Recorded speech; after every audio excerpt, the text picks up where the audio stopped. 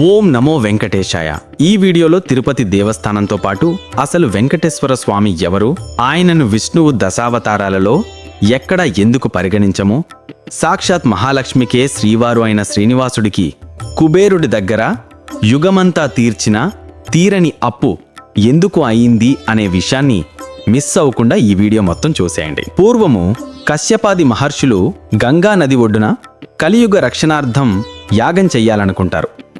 యాగం ఆరంభించే సమయానికి నారదుడు అక్కడకు వచ్చి కశ్యపాదితర మహర్షులతో, ఈ క్రతువు మీరు దేనికోసం చేస్తున్నారు?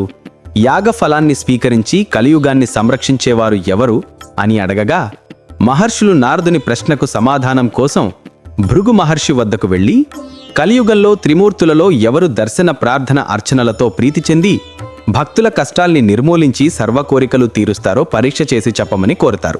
మహర్షుల కోరిక మేరకు భృగు మహర్షి యోగదండాన్ని కమండలాన్ని చేతబట్టి జపమాలను వడిగా త్రిప్పుతూ మొదట సత్యలోకానికి వెళతాడు. అక్కడ బ్రహ్మ సరస్వతి సమేతుడై భృగు మహర్షి రాకను గ్రహించక సరస్వతీదేవి సంగీతాన్ని ఆలకిస్తూ అతని దర్శనార్థం వచ్చిన మునులకు దర్శనమిస్తూ సృష్టిని ముందుకు నడుపుతూ ఉంటాడు. భృగు మహర్షి అహంకారంతో బ్రహ్మతో, నా రాకను గ్రహించవా? కలియుగంలో భూలోకమునందు నీకంటూ దేవాలయాలను నిర్మించరు, అలాగే నీవు ఎన్నటికీ పూజింపబడవు అని శపిస్తాడు. అవమాన భారంతో కోపంగా భృగు మహర్షి కైలాసానికి వెళతాడు. శివలోకంలో శివపార్వతులు ఆనంద తాండవం చేస్తూ పరవశిస్తుంటారు. వారు భృగు మహర్షి రాకను గ్రహించకపోవడంతో కోపాగ్నికి గురైన భృగువు శివుడికి కలియుగంలో భూలోకమునందు నిన్ను లింగరూపంలో మాత్రమే పూజిస్తారు అని శపిస్తాడు.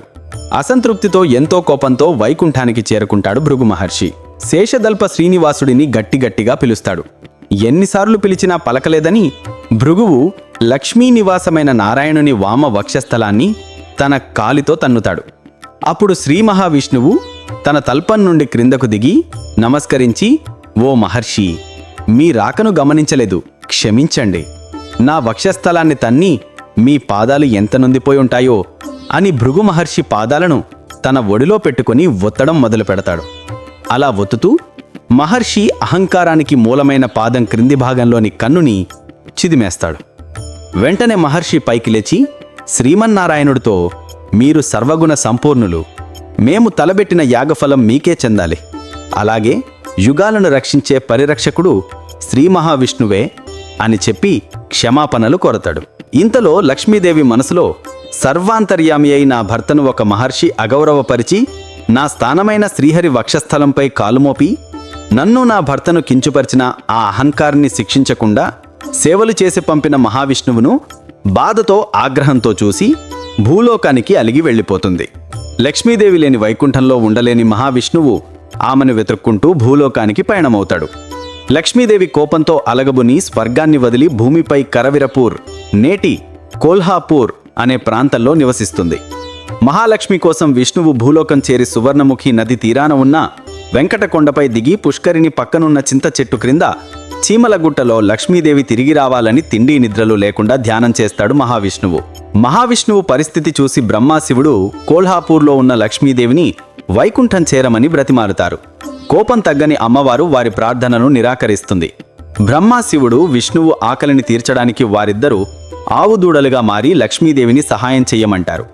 లక్ష్మీదేవి ఒక ఆవుల కాపరినిగా మారి చోళరాజుకు ఆవుదూడలను అమ్ముతుంది. చోళరాజు తన పశువుల మందతో పాటు వీటిని కూడా కలిపి వెంకటకొండపైకి మేదకు పంపుతాడు. ఆ ఆవు విష్ణువు ఉన్న పుట్ట కనిపెట్టి తన పొదుపుని కలుగులోకి ఉంచి తన పాలను శ్రీనివాసుడికి ఆహారంగా అందిస్తుంది. ఆ దృశ్యాన్ని చూసిన ఆవుల కాపరి కోపంతో ఆ ఆవుపై గొడ్డలిని విసురుతాడు. ఆవును కాపాడేందుకు శ్రీనివాసుడు చీమల బుట్ట నుండి పైకి లేచి ఆవుకి అడ్డుగా నిలబడతాడు. ఆ గొడ్డలి శ్రీనివాసుడి తలకి తగిలి రక్తం కారుతూ ఉంటుంది. విష్ణువు రక్తాన్ని చూసిన ఆ కాపరి అక్కడికక్కడికే మరణిస్తాడు. ఒక ఆవుపై గొడ్డలి ఎత్తిన ఆ రాజ్యపు అధర్మ పరిపాలనకు ఆగ్రహితుడైన విష్ణువు చోళరాజుని పిశాచిగా మారమని శపిస్తాడు. చోళరాజు క్షమించమని కోరగా విష్ణువు అతడితో, తదుపరి జన్మలో నీవు ఆకాశరాజుగా జన్మించి శ్రీనివాసుడికి పద్మావతితో వివాహం జరిగిన తర్వాత శాప విమోచనం కలిగేలా వరం ఇస్తాడు. శ్రీనివాసుడి తలపై ఉన్న గాయప్రదేశంలో జుట్టు రాలిపోవడంతో అటువైపుగా ఆకాశంలో వేరుతున్న నీలాదేవి ఇంతటి మనోహరమైన వదనంతో ఉన్న ఇతని తలపై ఆ జుట్టు లేని ప్రదేశం లోపమవ్వకూడదు అని తన జుట్టుని త్యజించి శ్రీనివాసుడికి ఇస్తుంది. ఆ దేవి భక్తికి మెచ్చి తిరుపతిలో భక్తులు జుట్టుని ఇచ్చినప్పుడు అవి ఆమెకే చేరి ఆమె పేరుతో తలనీలాలుగా ప్రసిద్ధి చెందుతాయి అని వరమిస్తాడు. ఆ తర్వాత విష్ణువు శ్రీనివాసుడిగా వరాహ క్షేత్రంలో మహాలక్ష్మిని వెతుకుతూ కొండపై తిరుగుతూ ఉంటాడు. వరాహస్వామి కొండపై విష్ణువుకి నివాస స్థలాన్ని ఇవ్వగా వరాహుడి సహాయానికి శ్రీనివాసుడు తిరుమలలో తన దర్శనార్థం వచ్చే భక్తులు మొట్టమొదట వరాహుడిని దర్శించుకుంటారని మాట ఇస్తాడు. వెంకటాద్రివైన వకులాదేవి కొంతకాలంగా వరాహస్వామికి సేవ చేస్తూ ఉంటుంది.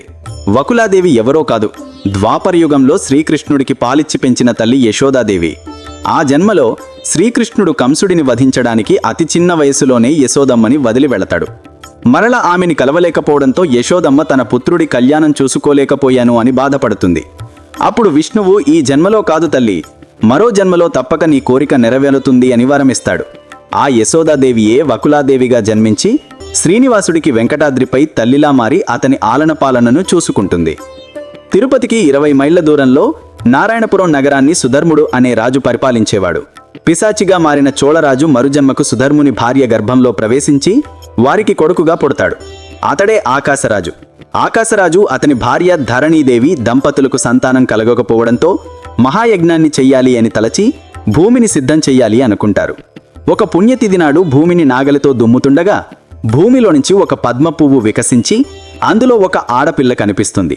అప్పుడు ఆకాశవాణి పలికి ఆ బిడ్డని స్వీకరించమని చెప్తుంది. పద్మ పుష్పంలో నుంచి పుట్టినందువలన ఆ బిడ్డకి పద్మావతీదేవి అని పేరు పెట్టారు ఆకాశధరణులు. ఆమెను అల్లారి ముద్దుగా పెంచుతారు. పద్మావతీదేవి పెరిగి పెద్దదవుతుంది. ఆమెకి వివాహం చేయాలనుకుంటాడు ఆకాశరాజు. ఒకరోజు పద్మావతీదేవి ఉద్యానవనంలో విహరిస్తున్న సమయంలో శ్రీనివాసుడు ఒక మొదట ఏనుగును తరుముకుంటూ అదే ఉద్యానవనంలోకి ప్రవేశిస్తాడు. అక్కడ పద్మావతి శ్రీనివాసులు ఒకరినొకరు చూసుకుంటారు. వారికి పరిచయం ఏర్పడుతుంది. పద్మావతీదేవి రూపాన్ని మనస్సులో వరించిన శ్రీనివాసుడు ఇంటికి వచ్చి పద్మావతిని తలచి దిగులుగా ఉంటాడు. శ్రీనివాసుడి దిగులు చూసి అతని తల్లి వకులాదేవి ఏం జరిగింది అనే విషయాన్ని తెలుసుకుంటుంది. వెంటనే నారాయణపురం వెళ్లి ఆకాశరాజుని కలిసి పద్మావతి శ్రీనివాసుల కళ్యాణాన్ని నిశ్చయిస్తుంది. శ్రీనివాసుడు పద్మావతితో తనకు జరుగుతున్న వివాహానికి బ్రహ్మ, శివ, ఇంద్రాది దేవతలను, ఋషులను ఆహ్వానిస్తాడు. వారితో పాటు కోల్హాపూర్లో ఉన్న లక్ష్మిని కూడా ఆహ్వానిస్తాడు. లక్ష్మీదేవి తన పతి త్రేతాయుగంలో తనకిచ్చిన మాటను ఇప్పుడు నెరవేరుస్తున్నాడు అని సంతోషిస్తుంది. త్రేతాయుగంలో లక్ష్మీదేవి సీతగా, వేదవతి లక్ష్మీ అంశగా జన్మిస్తారు. రావణుడు సీతమ్మను అపహరించినప్పుడు వేదవతి అగ్నిదేవుడి సహాయంతో మాయాసీతగా మారి అశోకవనంలో రావణ దుష్టకార్యాలను భరిస్తుంది. రాముడు రావణుణ్ణి వధించిన తర్వాత మాయాసీతగా అనగా వేదవతీదేవి అగ్ని ప్రవేశం చేయగా నిజమైన సీతమ్మ అగ్ని నుండి బయటకు వచ్చి వేదవతితో తనకి చేసిన ఉపకారానికి ఒక కోరికను కోరమనగా ఆమె విష్ణువుని వివాహం చేసుకోవాలనే కోరికను చెప్తుంది. సీతమ్మ రాముణ్ణి అడగగా రాముడు తాను త్రేతాయుగంలో ఏకపత్ని వ్రతుడిని కాబట్టి కలియుగంలో ఆమెను పరిణయమాడతాను అని లక్ష్మీ స్వరూప సీతాదేవికి మాట ఇస్తాడు. వేదవతియే కలియుగంలో పద్మావతీదేవి. ఇక మహామకులేంద్రును ఆహ్వానించిన శ్రీనివాసుడు వద్ద నిజానికి ఎలాంటి ధనమో లేదు. దాంతో ఆయన కుబేరుడిని అప్పు అడుగుతాడు. కుబేరుడు శ్రీనివాసుడికి తగిన ధనాన్ని అప్పు ఇవ్వగా తీసుకున్న అప్పు వడ్డీ చెల్లిస్తూ కలియుగం చివరిలో అసలును తీర్చేలా ఒక ఒప్పందాన్ని కుదుర్చుకుంటారు. ఇందుకే శ్రీనివాసుడిని వడ్డీ కాసురవాడు అంటారు. ఈరోజు భక్తులు శ్రీనివాసుడికి సమర్పించే కానుకల్ని ఆ కుబేరుడి అప్పు కింద జమ అవుతున్నాయి. పద్మావతి శ్రీనివాసుల కళ్యాణాన్ని ముల్లోకాలు అబ్బురపడేంత వైభోగంగా దేవదేవతలు, మహర్షులు, మునులు, సకల జనవల్లభులు విచ్చేసి ఎంతో ఘనంగా జరుపుతారు. వారి వివాహానంతరం దేవాది దేవతలంతా వారి వారి లోకాలకు తిరిగి వెళ్ళిపోతారు. ఆకాశరాజు తదనంతరం అతని సోదరుడైన తొండమానుడికి, ఆకాశరాజు కుమారుడైన వసుధానుడికి మధ్య జరిగిన యుద్ధంలో శ్రీనివాసుడు వారిద్దరికీ సంధిని కుదురుస్తాడు. ఆ తర్వాత వెంకటేశ్వర స్వామి శేషాచలం కొండపైన ఒక మందిరాన్ని నిర్మించి ఇవ్వమని తొండమానుణ్ణి కోరుతాడు. తొండమానుడు స్వామి పుష్కరిణికి దక్షిణ ఒడ్డున తూర్పు ముఖంగా స్వర్ణమందిర ఆలయాన్ని నిర్మించి స్వామికి ఇస్తాడు. అప్పటి నుండి పద్మావతి శ్రీనివాసులు ఆ మందిరంలో నివాసముంటారు. ఈ మందిరం పేరే ఆనంద నిలయం. వెంకటేశ్వర స్వామి పద్మావతీదేవి అనుమతితో లక్ష్మీదేవి కోసం కొల్హాపూర్కు వెళ్లి అక్కడ ఉన్న పద్మకుండ, పంచగంగ, రుద్రప్రయాగ వంటి పుణ్యతీర్థాలలో స్నానం చేసి ఘోర తపస్సును మొదలు పెడతారు. అయినా కూడా లక్ష్మీదేవి దర్శనమివ్వదు. ఆకాశవాణి సలహా మేరకు వెంకటేశ్వర స్వామి సుఖమహర్షి ఆశ్రమంలో అహర్నిశలు శ్రీ మహాలక్ష్మీదేవి దర్శనం కోసం ఘోర తపస్సు చేయగా మరోపక్క పద్మావతీదేవి స్వామివారు వెళ్లి చాలా సంవత్సరాలు అయినా ఇంకా రాలేదు అని వెంకటేశ్వర స్వామి దర్శనం కోసం తపస్సు చేస్తారు. వారిద్దరి తపస్సులను చూసి దేవతలంతా మహాలక్ష్మి అమ్మవారిని స్వామివారి వద్దకు రమ్మని ప్రార్థిస్తారు. భృగు మహర్షి అమ్మవారిని క్షమించమని అర్థిస్తాడు.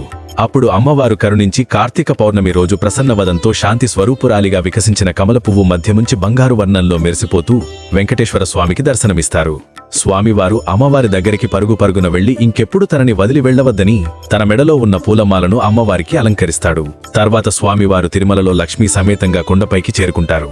అక్కడ లక్ష్మీదేవి స్వామివారి గుండెలపై కొలుగు కాగా స్వామివారి రాకే తపస్సు చేసిన పద్మావతి దేవికి కూడా శ్రీహరి తన గుండెలపై ఉండేలా స్థానమిస్తాడు. అలా వ్యూహలక్ష్మిగా లక్ష్మీదేవి, భూతకారుణ్య లక్ష్మిగా పద్మావతి దేవి స్వామివారి గుండెలపై తిరుమలలో కొలువై ఉన్నారు. బ్రహ్మదేవుడు కలియుగాంతం వరకు ఇక్కడే ఉండమని మహావిష్ణువుని కోరడం వల్ల మహావిష్ణువు శేషాదిపైన శిలగా వెలసి అశేష జనవాహినికి పుణ్య మార్గాన్ని చూపి కోరిన కోరికలు తీరుస్తూ భూలోకంలో ధర్మాన్ని కలియుగాంతం వరకు కాపాడడానికి శ్రీ వెంకటేశ్వర స్వామిగా తిరుమల కొండపై కొలువై ఉన్నాడు. అయితే శ్రీ మహావిష్ణువు అవతారాలన్నీ రాక్షస సంహరణకు, అధర్మంపై ధర్మాన్ని నిలబెట్టడానికి, సమస్త సృష్టి కోసం ధరించిన దశావతారాలే మత్స్య, కూర్మ, వరాహ, నరసింహ, వామన, పరశురామ, రామ, బలరామ, కృష్ణ, కల్కి అవతారాలు. కానీ వెంకటేశ్వరుడు ఒక నిర్దిష్ట కార్యసిద్ధి కోసం అవతరించిన అవతారం కాదు. విష్ణువు తన అభిష్టంతో లక్ష్మీదేవి ప్రేమ కోసం భూలోకానికి వచ్చినందున విష్ణువు దశావతారాలలో ఎక్కడా మనకి పరిగణింపబడలేదు. ఓం నమో వెంకటేశాయ నమః. ఓం నమో నారాయణాయ నమః. ఈ వీడియో నచ్చితే లైక్ చేసి మన హిందూ సనాతన ధర్మాన్ని ఈ వీడియో ద్వారా షేర్ చేసి అందరికీ మన పురాణ గాథను తెలియజేయండి. Please subscribe to my channel.